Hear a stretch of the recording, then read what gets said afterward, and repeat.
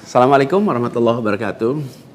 Seperti teman-teman udah tahu juga, semalam itu batas akhir pendaftaran pilkada. Pendaftaran sudah ditutup. Dan di Jakarta ada satu yang dicalonkan oleh 15 partai, lalu ada satu yang dicalonkan oleh satu partai, dan ada lagi satu yang disebut independen. Dan saya tidak termasuk di dalamnya. Jadi dengan begitu maka udah final ya, bahwa saya tidak ikut di dalam kontestasi Pilgub di Jakarta tahun 2024 ini. Dan kemarin juga sebetulnya kita menerima undangan, tawaran untuk ikut dalam kontestasi Pilgub Jawa Barat. Kita apresiasi sekali ajakan ini, panggilan ini, tapi dengan mempertimbangkan berbagai faktor, kami putuskan untuk tidak mengikuti kontestasi di Jawa Barat. Nah, saya ingin sampaikan beberapa poin respon singkat atas situasi yang saat ini sedang terjadi. Pertama, saya ingin sampaikan terima kasih. Terima kasih banyak kepada semuanya yang selama 1,5 tahun ini, hampir 2 tahun, ikut mendukung perjuangan yang luar biasa di jalur Pilpres, Pilgub, sampai dengan titik ini. Gak bisa saya sebut satu persatu, terlalu banyak. Tapi yang jelas, semua yang terlibat adalah pejuang yang luar biasa, yang membuat perjuangan besar ini terasa jadi ringan, terasa jadi bermakna. Dan semoga Allah SWT, Tuhan yang Maha Kuasa, jadikan perjuangan kemarin sebagai catatan amal untuk kita semua. Dan insya Allah kita terus berjuang untuk tujuan yang sama ke depan.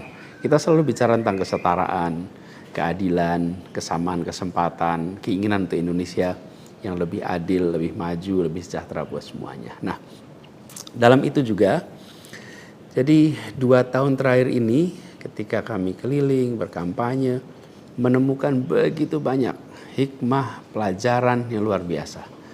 Saya berkeliling lebih dari 130 kota dan berjumpa dengan begitu banyak yang setiap jabat tangan bukan basa-basi, jabat tangan dengan penuh rasa, sepenuh hati.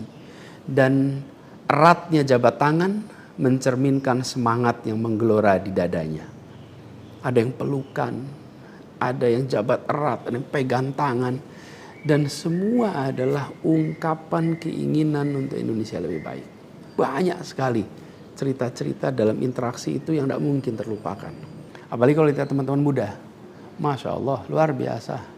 Kiprah anak muda di dalam proses kampanye kemarin itu membuat kita makin optimis. Kenapa makin optimis? Karena kita punya stok anak-anak muda yang mau bekerja melampaui sekedar kepentingan dirinya, pribadinya. Ini kita masih di bulan peringatan kemerdekaan ya. Di bulan kemerdekaan ini kita memperingati perjuangan para pendiri bangsa yang pada waktu itu banyak sekali yang masih muda-muda. Jadi ketika lihat anak-anak muda yang kemarin terlibat, rasanya dan makin yakin kita masih punya stok pejuang yang amat banyak. Pejuang yang akan membawa Indonesia menjadi lebih adil, lebih baik buat semuanya. Jadi perjalanan ini memberikan optimisme yang sangat besar. Dan rasa optimisme ini makin tumbuh melihat berbagai elemen masyarakat sejak minggu lalu yang turun langsung mengawal keputusan MK dan mendorong tegaknya amanat reformasi yang memang kenyataannya ini, sayangnya ini, banyak dihadapi dengan cara yang represif dan berlebihan. Anak-anak muda cedera, luka di saat mereka datang untuk ikut mengirimkan pesan kami ingin mengawal konstitusi. Kami ingin meluruskan usaha pembengkokan atas konstitusi. Karena itu hadapi juga dengan rasa cinta sebagai saudara sebangsa. Ini sangat disesali dan ini tidak boleh berulang lagi. Tapi bukan anak-anak muda, jangan pernah gentar. Jangan pernah mundur. Insyaallah jadi catatan untuk diceritakan dengan rasa bangga. Ketika Indonesia konstitusinya terancam, maka anak muda tidak diam. Anak muda terlibat. Dan banyak juga generasi-generasi lebih senior yang memilih terlibat walaupun secara usia sudah senior. Dan gerakan ini juga jelas memberikan hasil. Apa yang terjadi? putusan MK tetap tegak. DPR dan KPU harus mengikuti. Dan di banyak daerah ada calon-calon yang diinginkan publik yang tadinya ditutup jalannya, kemudian terbuka. Kenapa? Karena elitnya dipaksa oleh konstitusi untuk memberikan jalan. Dan ini adalah sebuah kesempatan untuk kita memperbaiki kualitas demokrasi dan harapannya nanti mutu pemerintahan di seluruh wilayah Indonesia. Jadi kemudahan yang disediakan oleh MK ini bisa dimanfaatkan. Walaupun di beberapa daerah juga tidak dimanfaatkan oleh partai-partai merespon aspirasi yang sesungguhnya ada dari masyarakat. Karena pilkada ini kan pemilihan di tingkat daerah yang harusnya mencerminkan aspirasi daerah, bukan aspirasi di puncak nasional. Tapi dalam kenyataannya tidak selalu semua bisa berjalan seperti itu. Nah, gerakan masif mengawal putusan MK di berbagai kota ini juga menunjukkan bahwa tidak benar bila rakyat Indonesia disebut sudah apatis, sudah tidak peduli pada kondisi demokrasi. Nope, sama sekali tidak. Harapan itu menyala, harapan itu menyala terang, dan insya Allah makin terang. Dan terangnya harapan ini harus terus kita jaga, kita besarkan sama-sama. Nah, hal lain yang ingin saya sampaikan, bahwa takdir Allah, Tuhan Yang Maha Kuasa, sudah tertulis bahwa saya tidak mengikuti kontestasi kali ini. Dan sejujurnya ada selalu rasa lega setiap kali melewati sebuah persimpangan jalan. Ketika amanat itu diberikan, artinya Allah SWT meyakini bahwa ini yang terbaik. Dan ketika amanat itu tidak berikan, saya yakin Allah SWT sedang melindungi pada kita. Jadi itu juga yang saya jalani selama ini. Begitu kita menyaksikan situasinya, hasilnya, maka saya yakin insya Allah ada hikmah-hikmah besar yang akan muncul nanti. Mungkin ada yang tanya, Pak Anies, ada nggak penyesalan tidak mengikuti pilkada ini? Kalau saya ditanya ada penyesalan, tidak ada. Ada penyesalan itu. Apa yang saya sesali? Yang saya sesali adalah aspirasi warga kampung-kampung miskin kota, rakyat miskin kota yang berdatangan ke rumah ini, di tempat sini. Setelah selesai Pilpres kemarin, bergantian, berombongan datang bergantian, menyampaikan keinginan, aspirasi, Pak tolong kembalikan kondisi yang kemarin kita rasakan. 1,5 tahun ini hilang. Dari mulai usaha untuk perbaikan kampung-kampung kumuh, perbaikan kondisi ekonomi mereka, yang selama itu kami selalu jadikan sebagai fokus perhatian. Dan selama berapa bulan ini saya datang mengelilingi mereka semua, mendatangi mereka semua. Ini yang saya, kalau dibilang perasaan ya, ada perasaan, waduh ini aspirasi ini gak bisa kita tuntaskan. Lihat warga kampung Bayam yang terlantar, berat rasanya. Lihat kampung-kampung yang setiap kali kita datang, Pak tolong ini dituntaskan, berat rasanya kalau mereka tidak bisa mendapatkan penuntasan atas usaha meningkatkan kesejahteraannya. Itu yang kalau ditanya sebagai rasa sesal, bagaimana rakyat miskin di Jakarta yang menjadi fokus perhatian kita tidak bisa saya penuhi harapannya. Para saudara-saudara semua, warga kampung di Jakarta, rakyat miskin kota, saya minta maaf karena tidak bisa membantu melalui jalan pemegang kewenangan, pembuat kebijakan. Tapi bukan berarti perjuangan kita berhenti dan bukan berarti kita ikhtiar kita selesai di sini, enggak. Dengan cara lain nanti kita sama-sama berjuang untuk bisa memperbaiki kondisi rakyat miskin kota yang saat ini sedang menghadapi tantangan yang besar sekali. Saya minum kopi dulu ya.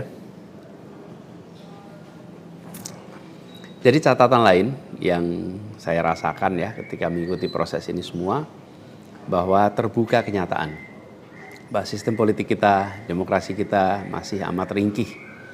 Dan kita punya PR untuk mengajak seluruh rakyat memiliki kesadaran yang lebih baik tentang proses politik, tentang proses demokrasi agar demokrasi kita itu bisa berjalan dengan benar, berjalan dengan baik, dan hasilnya adalah untuk dirasakan seluruh rakyat.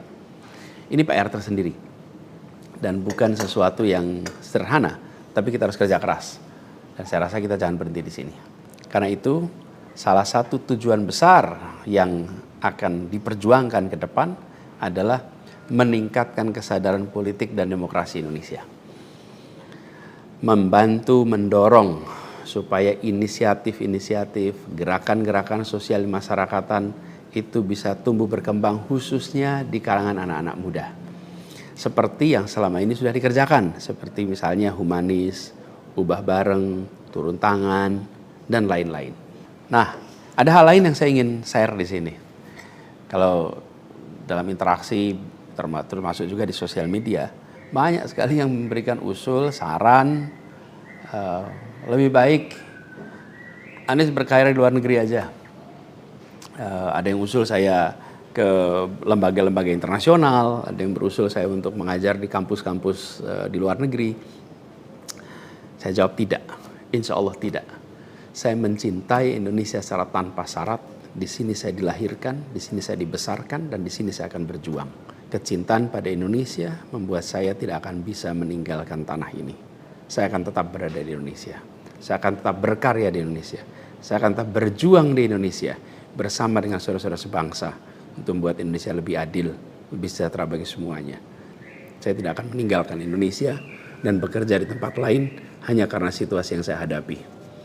Insya Allah ini akan terus menjadi pegangan saya ke depan.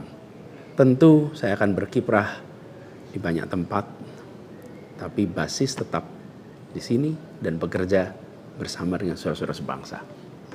Kemudian ada yang usul supaya saya masuk partai atau bikin partai politik. Nah gini, kalau masuk partai, pertanyaannya, partai mana yang sekarang tidak tersandra oleh kekuasaan? Nah, jangankan dimasuki, mencalonkan saja terancam. Agak berisiko juga bagi yang mengusulkan. Jadi ini adalah sebuah kenyataan nih. Jadi kita lihat aja ke depannya.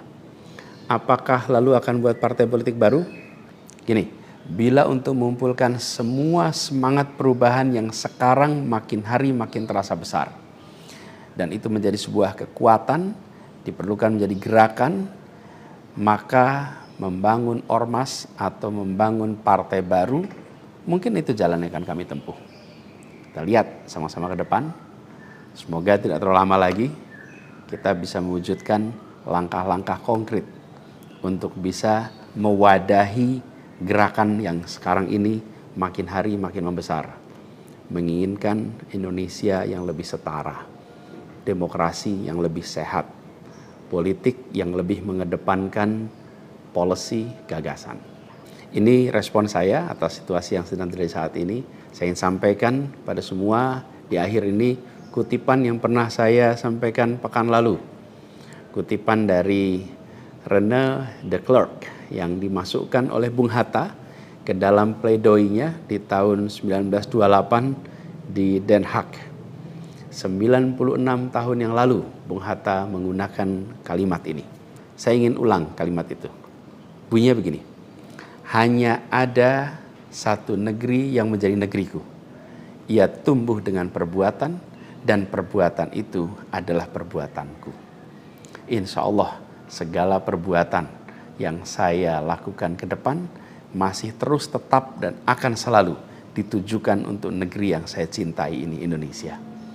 Dan saya harap makin banyak di antara kita semua yang mau bergerak bersama kita, bersama kami untuk Indonesia, untuk keadilan, untuk kesetaraan, untuk kebersamaan, untuk persatuan yang ada di negeri kita. Terima kasih semuanya. Salam hangat dan hormat. Assalamualaikum warahmatullahi wabarakatuh.